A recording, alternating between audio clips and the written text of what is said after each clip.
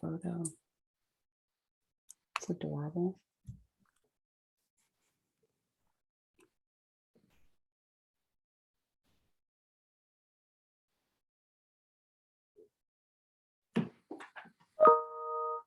All right, the numbers are filling up, so we are excited for you all to join us. We'll give it a second here as more people who are registered are logging in, and then we'll get started in a couple of minutes or so.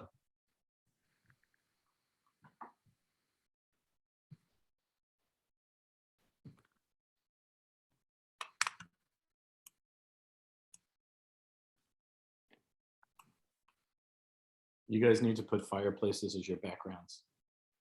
Right. I didn't have one. I could have put the San Francisco Bridge. You know, Duke only lets you use certain ones. Has to be a picture online. Yeah.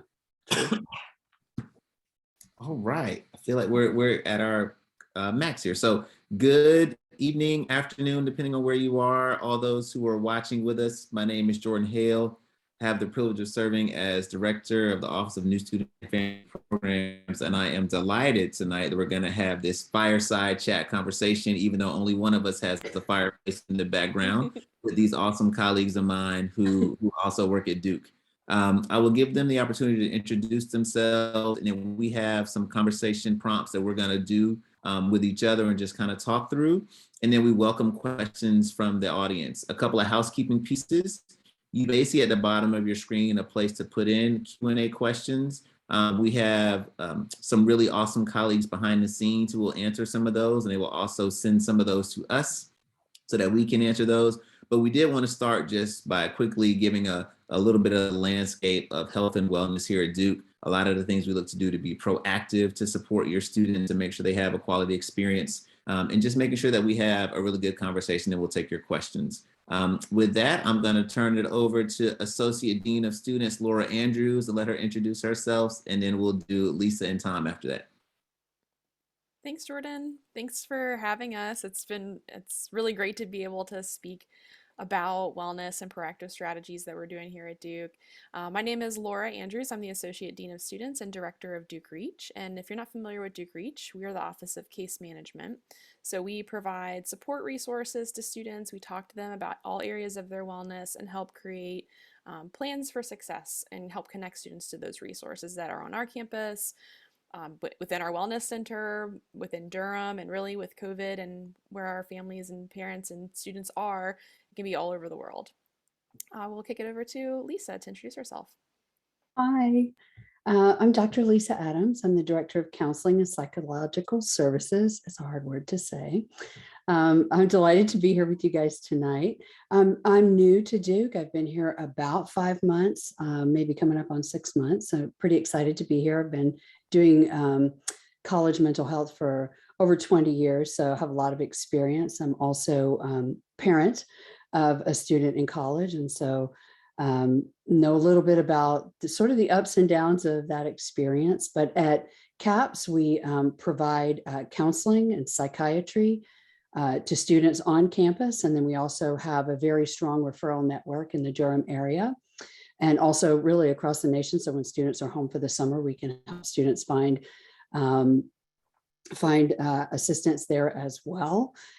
We have a large staff and a capable staff, and really excited to be able to serve students in this way. It's really an honor to do this kind of work, and I could go on for hours, but I'll be quiet. Hey everybody, I'm Tom Zigathy, Associate Dean and Director of Do Well, which is our public health kind of outreach section of wellness. So we deal with 3 different areas of influence. One is risk mitigation, helping students to manage any risk in choices around substance use or sexual health primarily. 2 is promoting concepts of wellness, helping them to recognize and to see the tools that they already have in their toolbox that they could be utilizing to sustain a wellness lifestyle. And 3 is, once they get the first 2, is what do they do for service to give back to the community and spread the word of everything that they've learned out of the first 2 buckets. Been at Duke for coming up on 14 years, been in higher ed for well over 20, and really love working with Duke students. They're awesome. They keep us challenged all the time, which is great, and have some fantastic conversations with them. Oh, and I also have a student, my last child in college, a junior. I had one already has graduated, one that graduates in a couple of weeks, and one who dropped out. She's not in it, but almost done with college altogether for students, for children.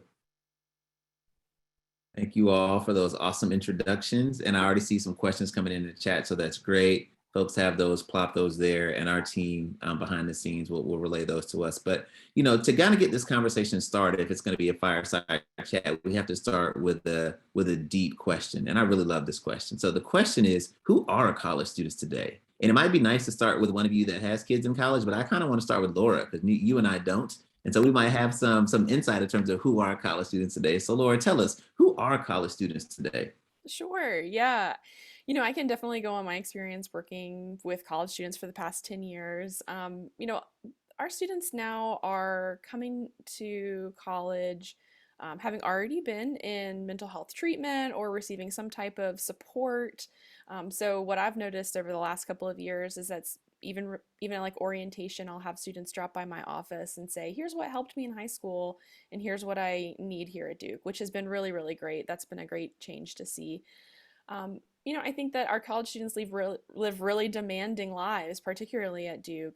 We see a lot of issues like around being body conscious, like social media, which I'm sure you've all heard in the news, highly curated appearances online, which can be really difficult when you're thinking about the issues of belonging, which is very, very important to our group, to our students. Those are some of the things that stick out to me. Very smart, very motivated. And I'd love to hear what Lisa and Tom say. Yeah, everything that Laura said. And I think also that, this generation of students is really anxious. They're very, this seems to be sort of I've seen a lot of parents be like, oh, how they are, and I don't necessarily feel that way, but they definitely have more anxiety. We've heard a lot about, coping skills. They don't have coping skills. I don't agree with that at all. But I do think that they struggle sometimes to find that when you're anxious it's so difficult sometimes to find, that strength and inner resource because it's all sort of jumbled up and confusing. So I would say that for me has been the biggest difference. When I started doing this kind of work, we really saw students of primary presenting concern was depression. And now it's absolutely shifted and very heavily towards anxiety. So students do understand though that they're experiencing anxiety and they do ask for help at Duke. And I think that's a wonderful quality, because if you don't ask for help, you can't get help. And while that sounds silly, it's, many of us don't do that. So certainly not in my generation. We were, sort of suck it up and, get it together. So our students definitely have an openness to help and help seeking that I think is really a strength for them. Also agree with both of you. I think what's running through my head of who are students, I'm also thinking of history, which, everybody is aware, but if you have a freshman or a sophomore, they were not on the planet when the World Trade Center was still standing. Mm-hmm. And I think that does give us perspective of how much has happened in their lifetime and the way things have shifted in our culture. Smartphones took off around 2006. They were only 5 years old. And I think that at least my daughter she's a junior in college. She was only 5 years old at that point. And I think that they've had a very different interaction with technology. Information comes at lightning speed to them, which I do think is driving some of the anxiety and some of the stress, because I don't think as humans we can process the amount of information that comes our way. I had read recently that we get more information. We make more decisions in one day right now on the planet than in the Middle Ages people made in a lifetime. And so if you think about obviously how much of that, and we're still human, like there's still the same amount of 24 hours that we have to process. And we're just at this rapid fire speed. I do think when they walk in the door, like Laura was saying, that they have a lot more services that they have explored. They've also explored things like gyms and yoga and meditation and different things that are tools they can use. Most of the students coming in are very well aware of how to take care of their physical health and wellness. They're not necessarily always as aware that there are things they can do regularly to take care of their emotional well-being. And I think that's some of in our own culture too. Like we wait, if somebody has an emotional problem, we wait until you go to counseling and go talk about it with your counselor. In my generation in college, a lot of people talked about some of that stuff initially with friends. And we have kind of made it that so much conversation has to happen with counselors. So I think there's a balance to try to determine when do you go talk to the adults.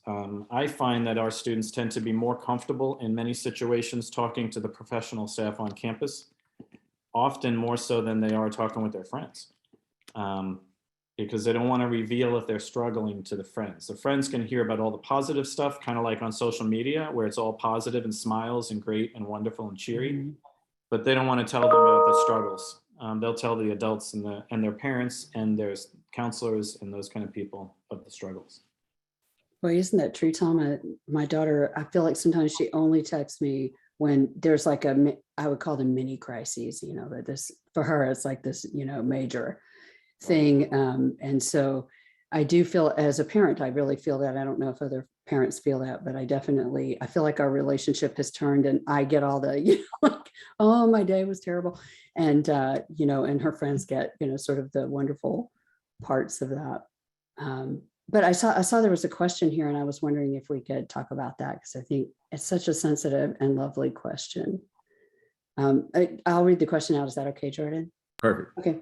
If you suspect that your student is having an issue coping at school, but the student is hesitant to ask for help, what can a parent do without the student feeling betrayed? So first of all, A+ in parenting, and I'm going to let Laura talk about that.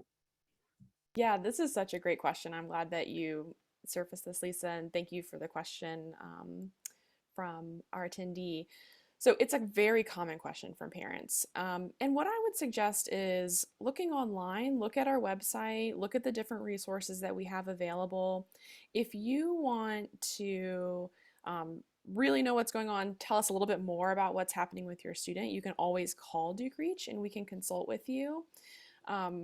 We have lots of parents who will call us and say, I have these concerns about my student. I just want to know a little bit more about the resources that are available, and I will talk to my student about them.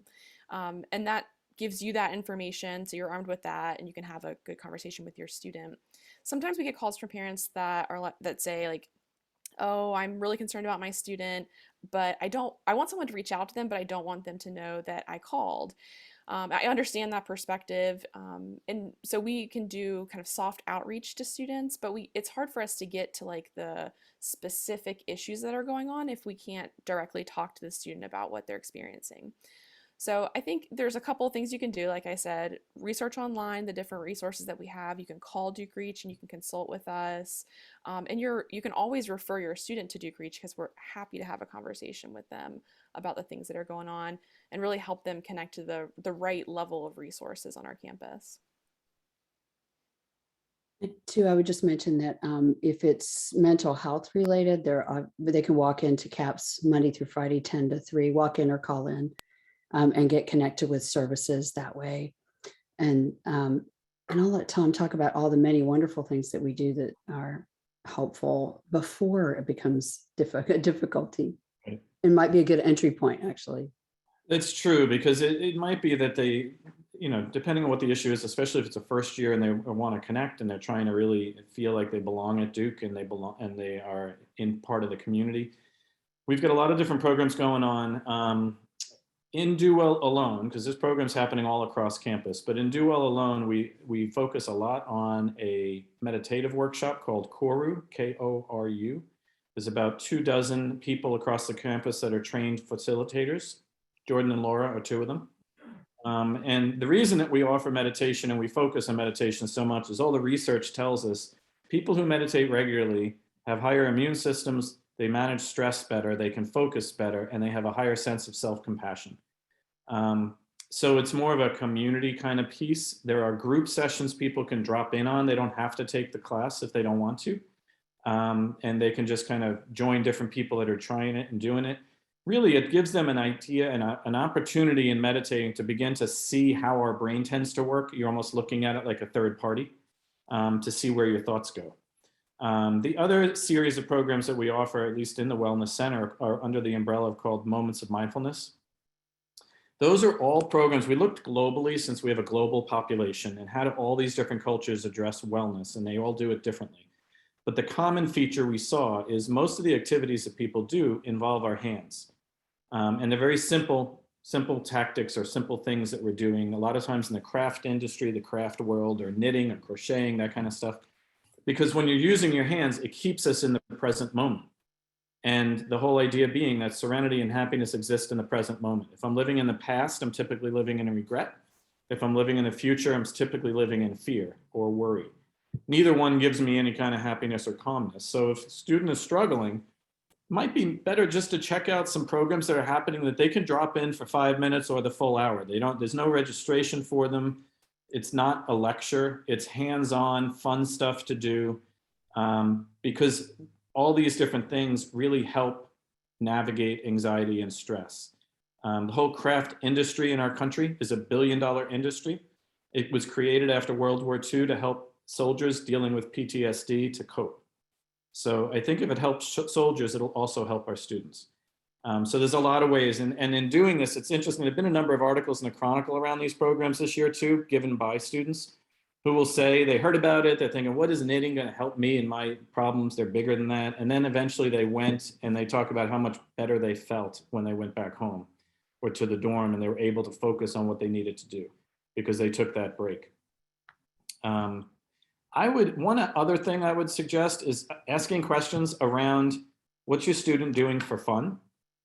Because usually if stress levels climb, if anxiety climbs, fun goes out the window because they're too serious and too busy to have fun.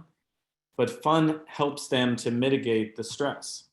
So to keep them focused, if they do 10 minutes of fun in an hour's worth of studying, they're going to retain more information than if they studied the whole hour. So they still sometimes need permission to have fun because they feel so overwhelmed with the amount of work that they have to do.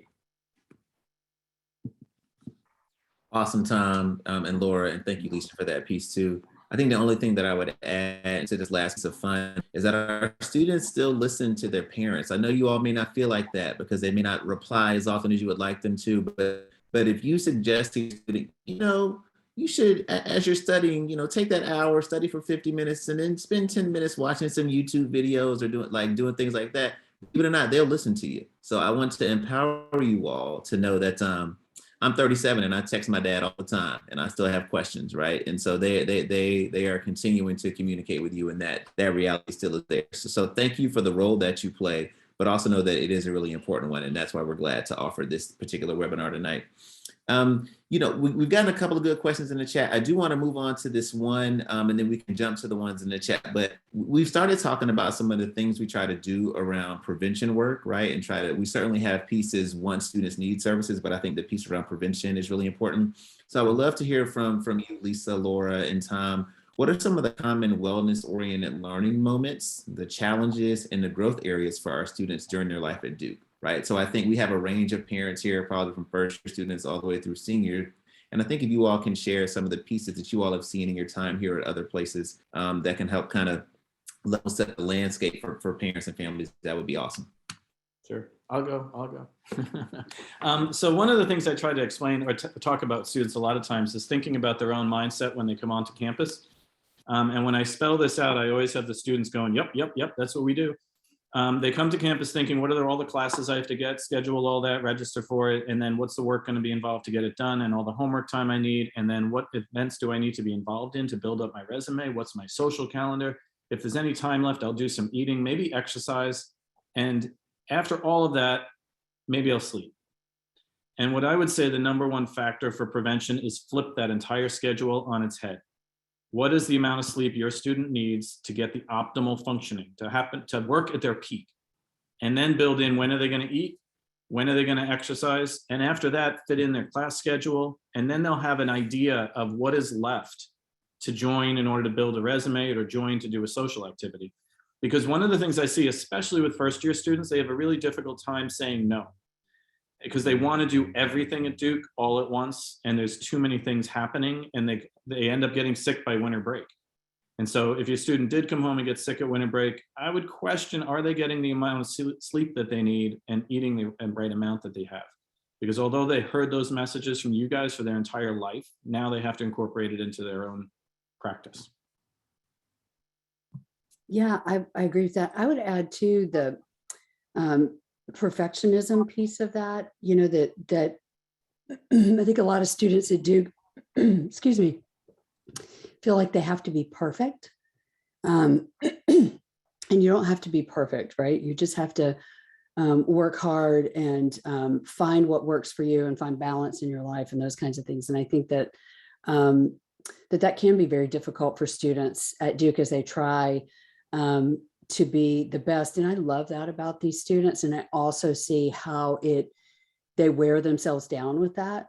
And so if they're taking good care of themselves by eating and sleeping, which sounds so basic, but is something that they really struggle to do, I think that it can make a really big difference in how they feel about themselves, how they perceive themselves in relation to others, and that sort of like almost oppressive perfectionism that our students load onto themselves. So they're already talented and capable young adults, and then they add this sort of layer of like stress and pressure that I think can be really hard. And I don't mean to blame them in any way for that. I think that's partially been, you know, part of our culture. When students are successful, we add more and more to them, and it gets harder and harder for them. So I think it's that I would say that, you know, keep an eye out for perfectionism. And as a parent, I'm gonna say this to myself too when I say this, but it's okay when they're not perfect, you know.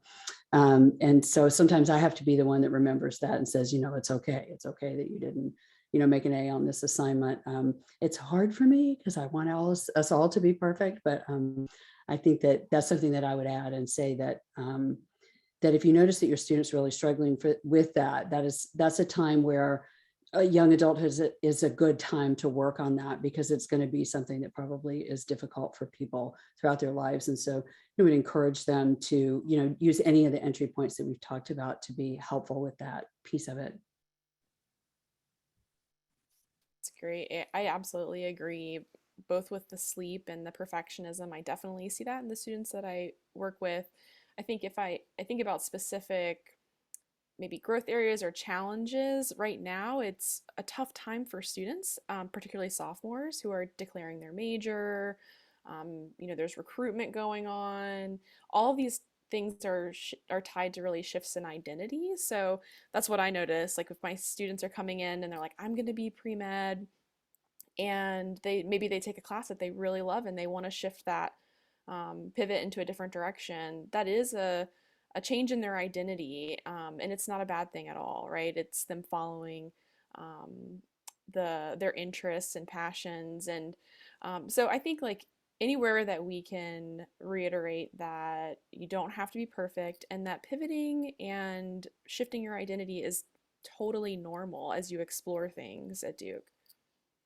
Yeah, Laura, you're speaking to the next question that popped up as well of, my child didn't get into a selective group that they wanted. What advice can you give them to support them? And I would say everything Laura just said. I would also say the fact that struggle and the sense of failure is actually a good thing for our students. A lot of times it's one of the first times they've experienced it when they come to Duke. And just because it's a struggle or a failure doesn't mean there's another door open around the corner. It just feels like it's the only door available to them.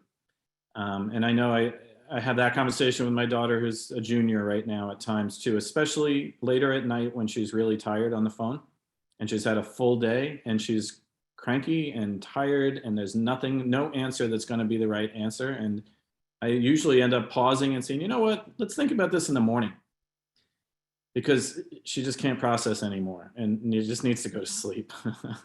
But I think the struggle and failure or not getting what you want in that regard, it's something that they haven't experienced a lot of because they're so intelligent and bright and high achieving. It's a good thing for them to get through and to learn that it's not necessarily the worst thing in the world that happens. Yeah, Tom, I think you're exact. Oh, go ahead, Lisa. No, go ahead. Thank you. I think the only thing that I would add to that, Tom, is that you know, it certainly can feel like the end of the world. We promise that it's not. There's a lot of additional resources here. And one of the great things about Duke is that there are a lot of different ways and places and spaces to build community. So whether that's through student organizations, whether that's through things in the residence halls on campus. Our whole new residential model is going to be centered on building community. So I would encourage your student to, and we can help provide some of this. There's dukegroups.com, which is just dukegroups.com as a place to see all the events that are happening on campus and places to join organizations if that's going to be important to them. And I know it can also feel like friendships can be fractured. And so I don't want to ignore that if it feels like friends are doing things that people that have been friends for a long time. But one of the great things about this place is that we provide a lot of resources and a lot of additional ways to connect with students. And to the parent that sent that in, we're going to get you in direct contact with Lisa Adams, which is a real privilege because she is incredibly busy, but we'll do our best to get you all connected so that Lisa can also provide some additional insight and support. And I would also say that you're welcome to get onto the listserv for the Wellness Center, which really helps to make it simple for students to find all the things that are happening that have to do with well-being and wellness. And that goes out every single Wednesday and gives them a list of what's going on that week. And you're also allowed to get on it yourself as parents. So you can just email Do Well, and that's at our website, which has been posted, I believe, at studentaffairs.duke.edu/wellness. Yeah, I did want to say too, I think as a parent, it's so painful when your child hurts. So I just kind of wanted to acknowledge that in the room because I just think that's important. And, through not getting the thing they thought they wanted, they will find other things. And I think that's what Tom was saying. So I just wanted to really sort of underline that too, because I think that's a really important piece. But I know as a parent, it also feels kind of devastating as well. And so I've experienced that as a parent, and it's, it hurts mom and dad and family as well. And so I think that, to realize that we will all get through this together sometimes is the best thing that I can say to my daughter. And go to sleep. Did you eat today? Conversation, which she fusses me, but that's okay. That's just because that's what we're here to do, right? So there are a couple other questions that have come in, but I really like this one that we have kind of talked about before, and I think it'll be a nice lead in to then jumping into questions from the audience. So, we are speaking tonight to parents and families, Laura, Lisa, and Tom. So one of the things that can be difficult, and people want to make it practical of like, how do I have these wellness conversations? Like what are the things I need to talk about? What do I need to do? That can sometimes feel like a challenge. And so I would love for you all to give some tips, and I have a couple too, about tips for starting a wellness conversation between families and their students. So whoever wants to go first is perfect. I have something for that. I learned this from my own father. So, and this may not be possible for all of you at this moment, but it will be possible. Trap them in the car. Yeah. But it works, because if you're in the house, in their room, they put the headphones on, they're on their computer, or whatever.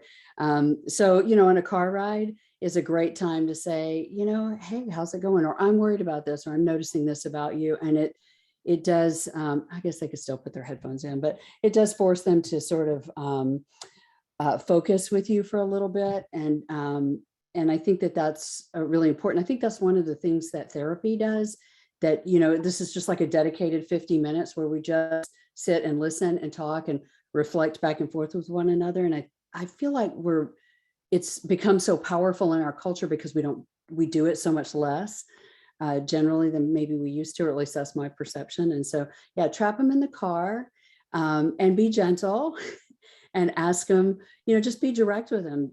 Let them know that you're worried about whatever it is, or that you're concerned about their well-being, or it seems like maybe things have shifted for them a little bit and you just wanted to check in, and keep at it, because, sometimes the first time doesn't work. And you've got to kind of attenuate your approach and try again. But I would say keep at it. The younger they are, in my experience, freshman and sophomore year, they're still a little like high school, a little less open. And as they get to be juniors and seniors, you begin to have what feels, I think, to me at least, more like a more adult relationship. And those conversations get a little easier because I think they don't think that you're trying to, sort of punish them or, discipline them in any way, but are truly trying to help and trying to understand. And I think that so, drop them in the car and then be nice to them. Just only half joking.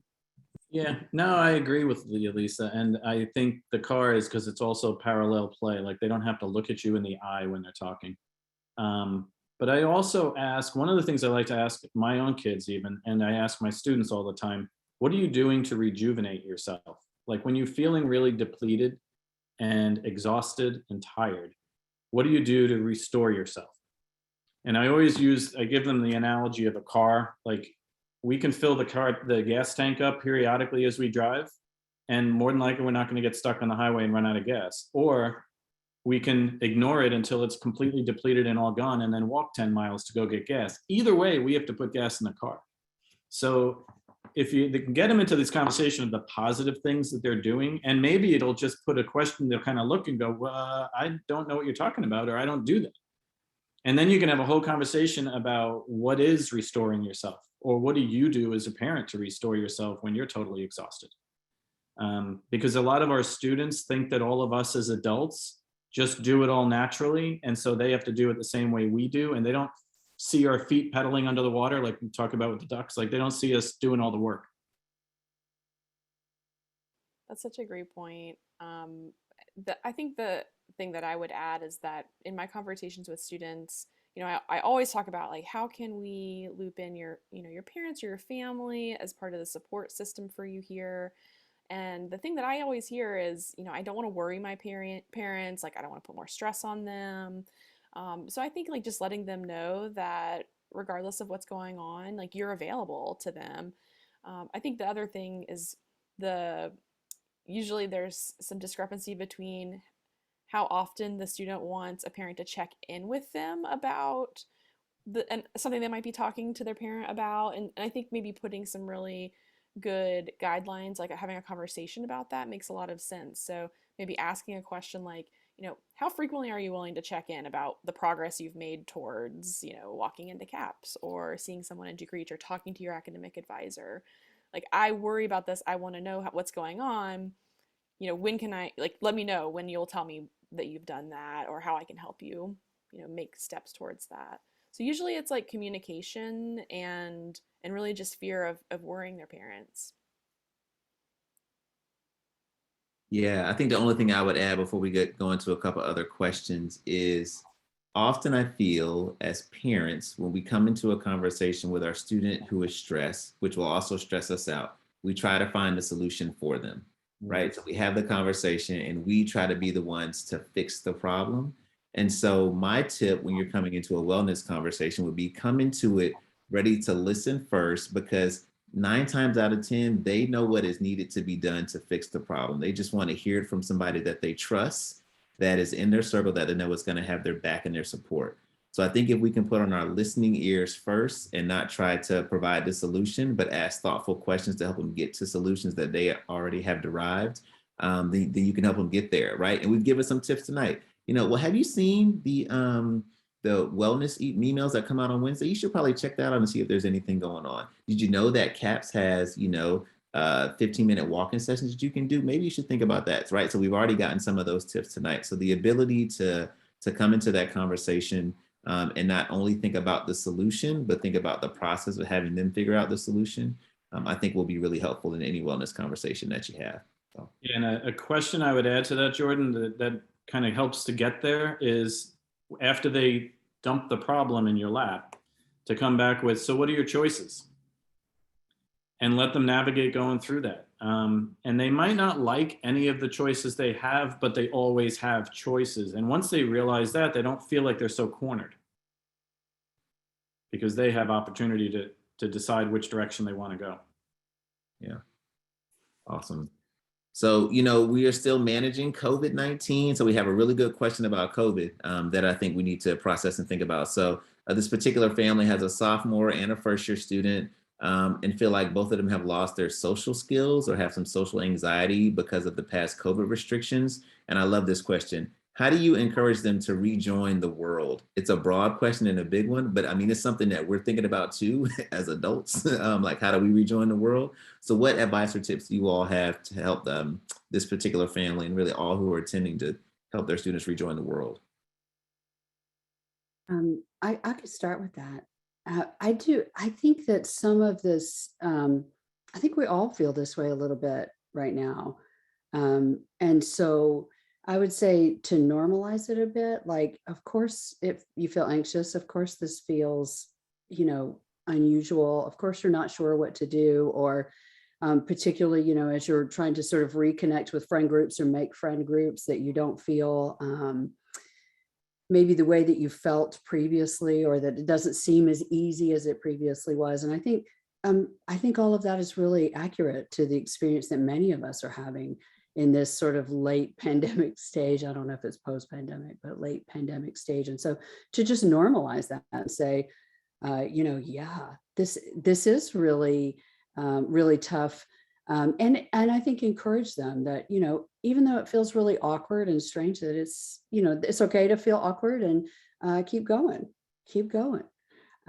Because I do think that sometimes encouragement can really be a big thing. I do think that one thing that I've noticed in the pandemic is we all seem to have a different sort of set point as to when we're ready to sort of re-engage with the world. And maybe those of us who are a little more introverted can sort of stand that sort of alone period longer. I noticed that our students really do seem to really want to be together, and to want to be social. And that's so important at this stage in their lives. Making relationships with other people is the biggest thing that they do developmentally. So I think rejoining the world is an important piece. So I would just say normalizing all that is, and knowing that, no one knows. We're all sort of floundering and not really understanding, but doing the best we can. And it's okay to be anxious. It's okay. Take a deep breath, go do something fun, find a couple people you can hang out with, and just sort of build from there. Breathe. That's the one thing I thought of, which you threw right in the end there, Lisa, was, and if they're feeling that anxiety, even in a social situation, they can take a couple minutes, or a minute, not even a couple minutes, just a minute, to breathe 5 or 10 times down to the diaphragm. And just by doing that, their whole body is going to relax slightly, because it's going to get flooded with oxygen. And they're going to feel a little bit better. I was thinking about how great our residential staff is, like our RAs and our RCs, who work so hard to build community in the halls. And thinking about like, if a student came to me and asked me this question, I would ask them about their relationship with their RA.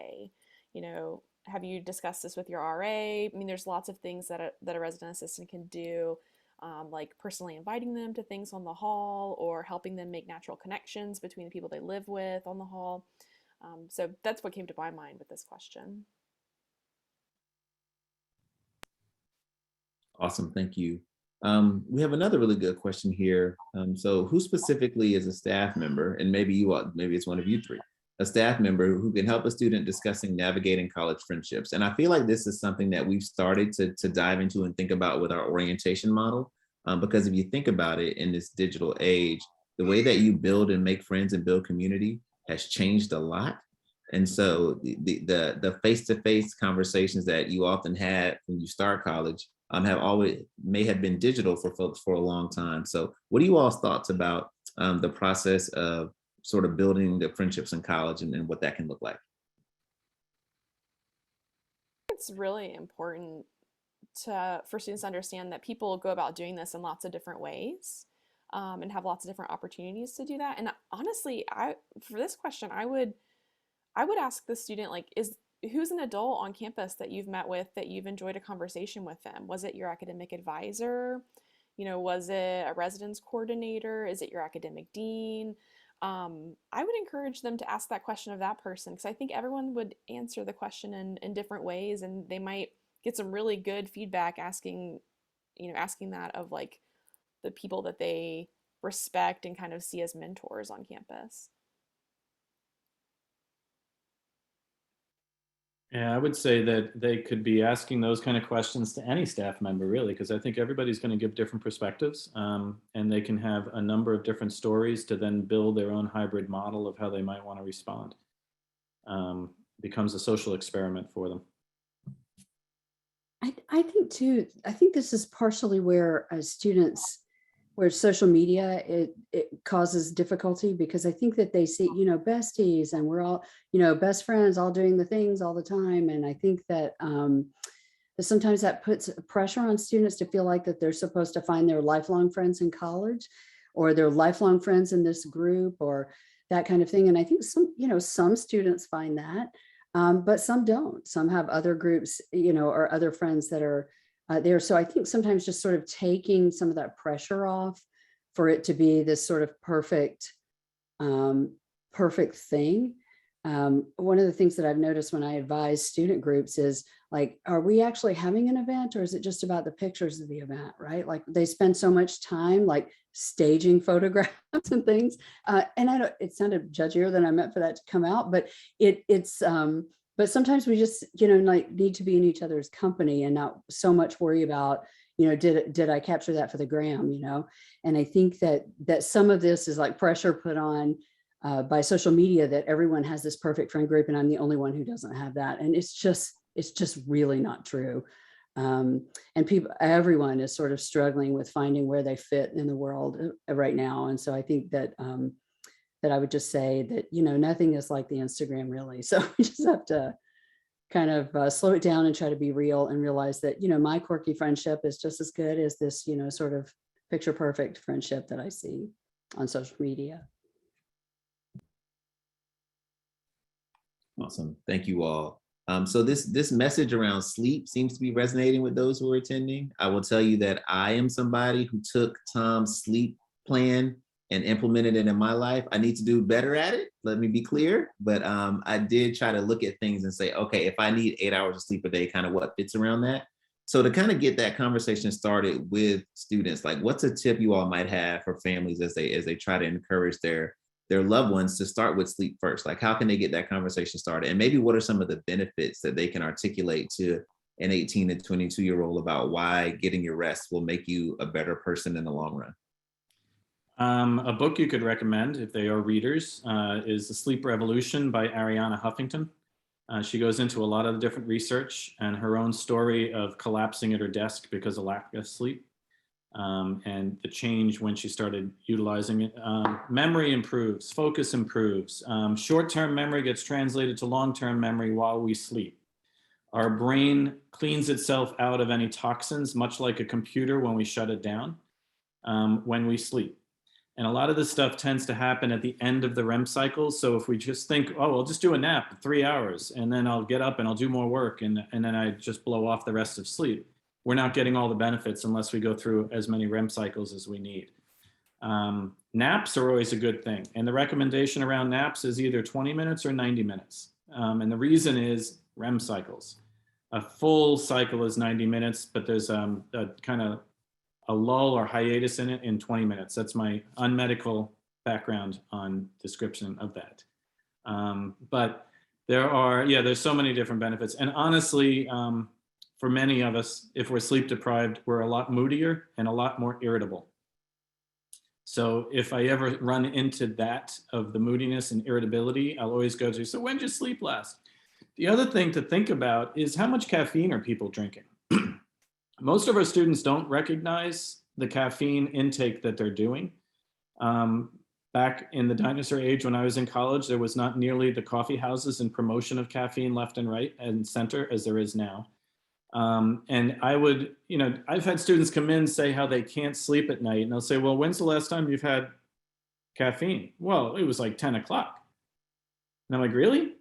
In the morning? No, at PM. So they're not understanding all this caffeine is what's keeping them awake potentially too. So not giving them that time to be able to sleep. And the last one I'll throw in there, if they're having difficulty falling asleep, they can certainly come and talk with any of us and Do Well. We'll walk through some sleep hygiene practices for them. Belly breathing is one of the breathing exercises they'll learn in meditation in the workshop. And it's a great breathing exercise to relax the whole body and get yourself to fall asleep.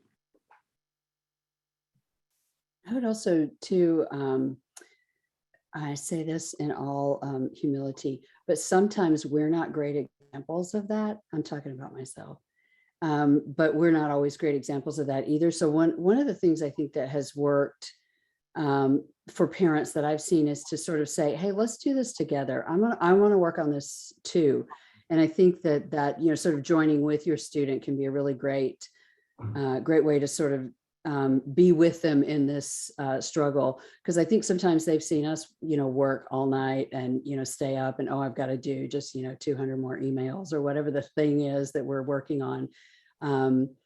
Had call at the hospital, all those kinds of things. So I think that sometimes we need to sort of, you know, recalibrate with our student. And that can be a great way to be, you know, accountability partners as well. I agree with all of that. And I think the only thing I would add would be maybe to just to ask them, you know, in the past, when you've done really great work, like how did you prepare for that? You know, when you were taking your placement tests, how did you prepare? And have them articulate what did they do? Well, they probably got sleep, they ate a good breakfast, and having them just articulate that out loud might help them just remember, like, okay, that's I also need to be doing those things here. That might be one thing that kind of came to my mind. The other thing too, we talked a little bit about this, is the CORU curriculum, which is the mindfulness-based stress reduction course that Tom talked about. There are a lot of really good tips in that course around, well, of course, mindfulness and meditation, but also about sleep and how to calm the mind and the breathing exercises. So I really would suggest that for a student who came to me and had concerns around sleep. Yeah, and the Koru is a workshop. It's not a credit-bearing class, even though we keep calling it the Koru class because that's how we name it. But it's a 4-week workshop, 75 minutes a week, that is offered periodically throughout every semester. So if they went online today and to see what classes are available and they don't see anything that fits their schedule, if they wait a week or two, there'll be a whole new list of classes that come up or workshops that they can sign up for. And they can do that on the Do Well website. And a lot of the information we're talking about around sleep and everything else is listed in the website. There's a question here of how they can get this information. They can stop in to see any of us in our workshop or in our offices, or come to the workshops that we offer and the programs to get a lot of this information. Yeah, and I would just add to that quickly, if families are looking for like specific things you can do as kind of key takeaways, I think number one would be signing up for the wellness newsletter, right? So that way you can see the programs and things that are being offered. And I believe there's a link that we sent earlier for folks to do that. That's a great way to get started, number one. Then you read that, feel like you're equipping yourself with tools and information, and then lean into some of the conversations we talked about with your students. If they are feeling stressed or feeling the anxiety, which they most likely are, just because I think we're all managing that now. But I think if folks wanted to know a place to start, I would say signing up for that newsletter would be the place that I would begin. Yeah, and I just want to throw something in there, Jordan, that we've had issues with the link on our website to actually electronically sign up. So if you have a trouble with that, it's the system at Duke, basically. So just email it to me and I'll make sure that you get signed into that listserv. And my email is ts86@duke.edu. You're a brave man, Tom. I'm going to put it so everybody can see that. All right. TS86. Yep. At duke.edu. Great. There you go. And you'll see when you're on that listserv, you'll see there's all kinds of programs that are not necessarily coming from the Wellness Center, but they're all in partnership with us about wellness. Right. So I think that as we move into kind of final pieces, because we have 10 minutes left, I think that's one of the things that I would say is this conversation, this piece around wellness is really a university-wide conversation. This thing that we've been talking about with sleep, President Price, when he does any talk with students, starts off by talking about the importance of getting sleep and getting rest, right? So like, I think it's a good thing to know and for our families to remember that the ways that we look to take care of ourselves isn't just us as talking heads talking to you. It's something we try to breathe as an institution because we know and see and feel the stress that our students are managing because we're feeling it as staff too. And so know that this is a collective group effort, and we do this as a family. And that's why we try to get the information to you all too, because we know the role that parents and families play in this. So as we get ready to wrap up, there is one other question I do want to get to quickly, and then we'll kind of do final thoughts from the panel here. So And this is a pretty specific question, but I think it's a good one because it goes to this piece around building community. And there's a student whose family members are here, and the student's really managing long COVID, right? So this is something that may be unique to this particular student. And I know other students may be dealing with this too. So what kind of ideas do you all have for support for a student who is still dealing with the lingering effects of COVID-19 that might be good for them and or for their families to share? Yeah, I'll start. I know everybody has really good information, but I would say, the first thing is to, make sure you guys are doing this, I know, but just make sure you're getting really good medical care and that you understand what that is. Our student health is excellent and can do companion care to the care at home or to the doctor that's treating, your student for COVID. So I think that's really important. If the student has anxiety, which is one of the very common symptoms of long COVID, unfortunately, we can definitely work with them in CAPS. And so, I think that students need to mention that to us. It is on our radar, and we are working to, sort of keeping up with the minute sort of education around it. That this is also some of the same symptoms of long COVID are also symptoms that young people experience when they have other kinds of illnesses like meningitis and things like that. So it's not, while COVID is novel, that sometimes the sort of longer term symptoms are not. And so I think we're well equipped to help students with the sort of psychological side effects. And I'll let my colleagues talk more about the other pieces of that. But I would just encourage students to not be shy about it, to say, to name it for what it is, and to learn along with us so that we can help give them the very best help that we're capable of giving. We have very capable and caring people at Duke throughout the Wellness Center and really just everywhere. And it's just such an amazing place. So would just say, have your student reach out. That's the first step, and we will help get them into the right places, right spaces to get the help that they need. Yeah, absolutely. I echo that for sure. We have many students who are navigating chronic medical conditions while at Duke. And so there are opportunities for community around that. So certainly you're welcome to, refer your student to Duke Reach. We can help connect them to specific resources. This is definitely something that's on our radar. Yeah, and I would also say that just remind them to be self-compassionate and to be gentle with themselves. They're not feeling that great. They shouldn't expect themselves to still be operating at 100% or 120%, however they push themselves. And it's really okay to be gentle and go a little bit slower. I think at their age, they're not used to being sick and having to do that either, for the most part. But I think hearing it from you, hearing it from some of us is going to help them to get there themselves and to just be a little bit kinder to themselves, because we're always our own worst critic. At least I am.